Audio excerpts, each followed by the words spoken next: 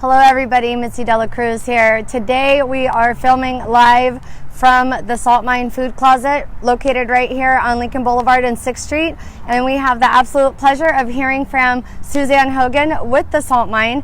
And first of all, Suzanne, thank you so much for joining us. I know this is like kind of last minute, but Sure. I believe it's really important to kind of share with the community the resources that are available and kind of how everyone collectively can get through this difficult time. So first of all, can you start off by telling us a little bit about yourself? Sure. So I'm Suzanne. I've been the manager of the food pantry for about a year now, and just love helping people. So how many families would you say you feed on average every month? So it's about 200 families a month that get food from us. Yeah. Wow.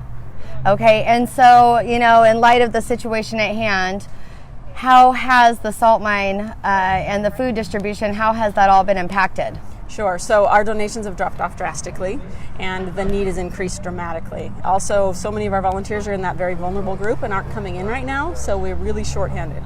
So you're shorthanded on volunteers, the need is greater, Yes. and donations are down. Absolutely. So that's kind of a perfect storm for It really is. a little bit of, yeah. So just today, we're running curbside so we can be in compliance with the health department. We've given out twice as much food as we normally give out on a day, just in one day. So. Wow. And so how are you on volunteers today? So today we had a lot of younger volunteers show up, but we are going to be running short throughout the week. Got it. And so what days can people come and get a food box donation? Sure. So we're open Tuesday through Friday from 8 to noon. Okay, so Tuesday through Friday, 8 to noon. And what type of items are supplied? Basically any type of pantry items we need, anything with protein in it, soups, those kind of things. In granola bars, protein bars, those kind of things are great. So I know myself, you know, I actually started attending church here many years ago when I first came to Lincoln and was in need of some help with food and things like diapers, formula, all of those types of things. And so the salt mine was really instrumental in helping me to get back on my feet and kind of change the trajectory of my family at that time. Excuse me. So one of the things that has been really heavy on my heart through all of this is the fact that there are a lot of young moms who don't have access to formula, who you know, cannot stockpile formula like we've seen Absolutely. all across the city and all across really the country, right? Yeah. So how are you guys on formula? So right now we have none. So we're totally out of formula. We do have some diapers, but not all sizes, some wipes, but we're totally out of formula. Got it. So so people who maybe have some stored cans at home or would love to know how they can help, you know, you guys heard it here. Definitely the salt mine needs your help with formula and things like that as well. Yes. But I understand that it's one thing when people bring in canned food donations, it's very helpful. But it's actually more impactful when people are able to give monetarily. They are, because we can actually get more food for the price and buy it in bulk and buy exactly what's needed at the time. Got it. Got it. So, I mean, this is just one of those situations where I appreciate the fact that the salt mine continues to be a light in the community. And really we need to pull together. I feel like the way that we can get through this stronger and the way that we can get through this more community-minded is just by pulling together. Absolutely. And, you know, so many food pantries and food banks in the community have closed down already. We're kind of the last man standing at this point, and we really need to stay open and help bless the community because there's a huge need. So talk to us about this curbside pickup so that people can feel safe. Right. So, you know, usually people would come into our building and we sign them in, but we get more than 10 people in there. Sometimes it's 100. So we're really trying to make everybody safe. So they will just pull up along the curb here. We'll sign them in right here outside. We'll load the boxes in their car and they'll be out of here. So keep everybody safe. So what type of identification or documents would somebody need if they did have a need and wanted to get Sure. get So we something? just need any kind of picture ID. Doesn't need to be current. Doesn't even need to be U.S. ID, just to show that they are who they say they are. And then we just need them to give us their address. Super easy. Got it. And so who is the food donations available to? What communities? Well, our normal community that we serve is Lincoln and Sheridan, but right now we're going to serve anyone because so many communities, their food banks have shut down, so we just want to be a blessing to whoever needs it right now. Got it. Got it. So if somebody wants to volunteer, how do they go about signing up to volunteer? Absolutely. So the best way is to email me, saltminesuzanne@gmail.com, and I can set you up. We'd love to see you. And Suzanne is Suzanne. Correct. So saltminesuzanne@gmail.com. And then how could somebody donate monetarily? Absolutely. So they can come in anytime we're open, so Tuesday through Friday, 8 to 12, and we would love to take that. Do you have any toilet paper? No. I mean, we have a very little backstock, but none to hand out, unfortunately. So. Yeah, I know. I'm more teasing than anything, but yeah. So thank you. We really, really appreciate your time and you know, coming on camera and just sharing the need as well as the service. So before we let Suzanne go, and then I really want to open this up to community participation. Who's watching? Who's got questions? We have quite a few people watching right now, but no questions at the moment. Okay. Okay, perfect. Thank you so much, Suzanne. You're welcome. So I really, you know, wanted to continue the conversation just a bit, guys. You know, I know that right now, as we're all kind of struggling to get through this difficult time, and really, you know, there's a lot of people who are feeling anxious and you know, have a lot on their mind. There's people who are experiencing lost wages. Kids are out of school. The folks that are still working are challenged with daycare and things like that. So I also wanted to just share with you guys, we did start a group, Lincoln CA Community Action group. So definitely go on, join that group. It's open to all citizens in the area. We just really want to be a light and a central location for resources, for needs. I know that there's people in the community that are here and don't have a network available to them.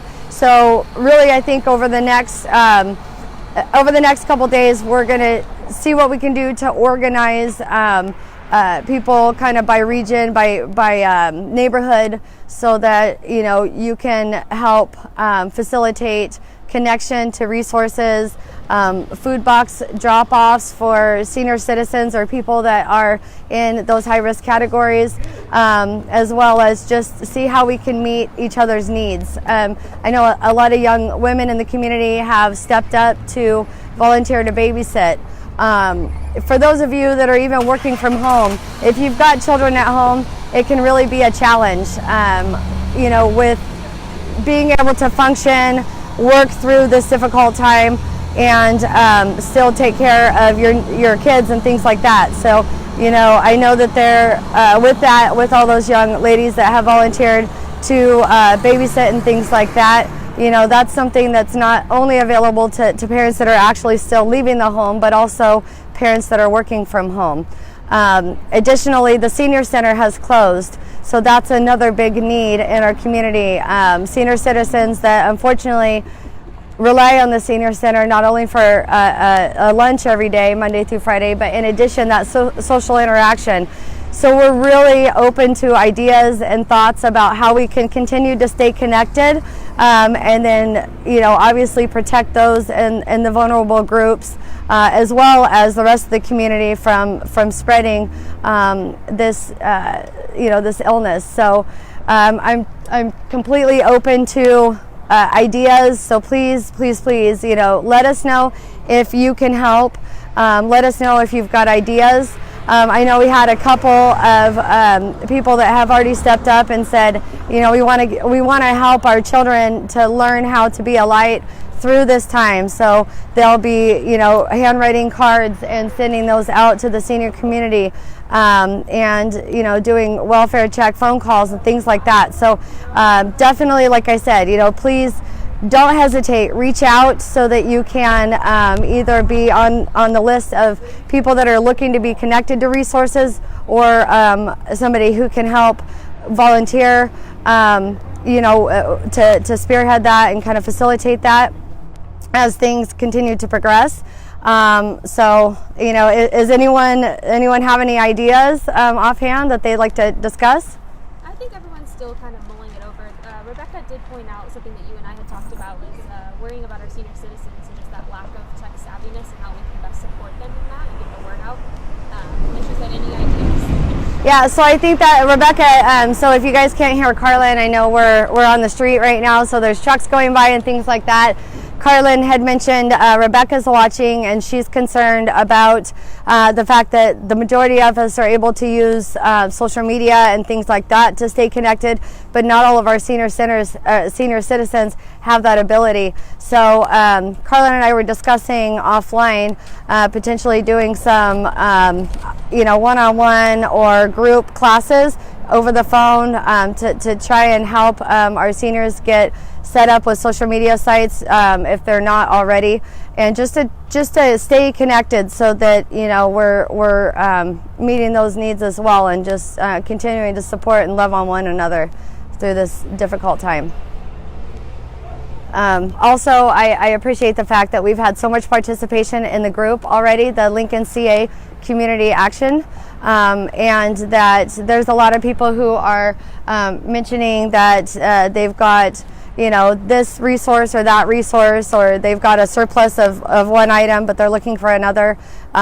So let's just continue to support one another as we get through this. And I just really want to share some encouragement with you guys. This very day last year, many of you guys know, my stepson was actually missing. And I had posted on Facebook. I was looking for, we were just trying to get the word out so people could keep an eye out for him. Turns out he'd been hit by a car overnight and was in a hospital bed at UC Davis as a John Doe. So there was this panic that went through our family, as not only we were dealing with the fact that nobody had heard from him, he hadn't shown up to work, nobody could reach him, but additionally, once we did learn that he was at UC Davis and that he was in really bad shape, it was devastating. We didn't know if he would survive. We didn't know what the lasting, if he did survive, what his lasting effects of the accident would be. But I'll tell you, during those difficult times, and during times like what we're experiencing nationwide and actually globally with Corona, I really feel like it has the ability to bring out the best in us. I know personally we had a meal train set up within a couple hours. A couple of my colleagues and people that care about our family had set up a meal train, and there were people that were coming and delivering these meals to our household right here in Lincoln. We were able to take those meals and share those with the rest of the family, as we were just trying to be there connected to help with the issue at hand with my stepson. And so ultimately, after many months in the hospital and skilled nursing facility and things like that, he is still wheelchair bound, but he's actually able to walk, and is just kind of getting through the last of his recovery from a surgical standpoint, so he can really get through everything else. So it's just amazing how life can just really change in the blink of an eye. But I feel like in those moments it's so important for us to really just kind of take pause, figure out what's most important to us, and then continue to come together and just be that light. So I hope that that my story has been helpful for you guys, and I know that there's so many people that just want to know, like, how can we help, what can we do. Just reach out. We'll definitely get you connected to the people that need your service or your help, whatever that looks like. And additionally, if you have a need, please don't hesitate, reach out, and we'll see what we can do to help you meet that need. So I'm looking forward to hearing from you guys. Just hang in there. We're going to get through this. This too shall pass.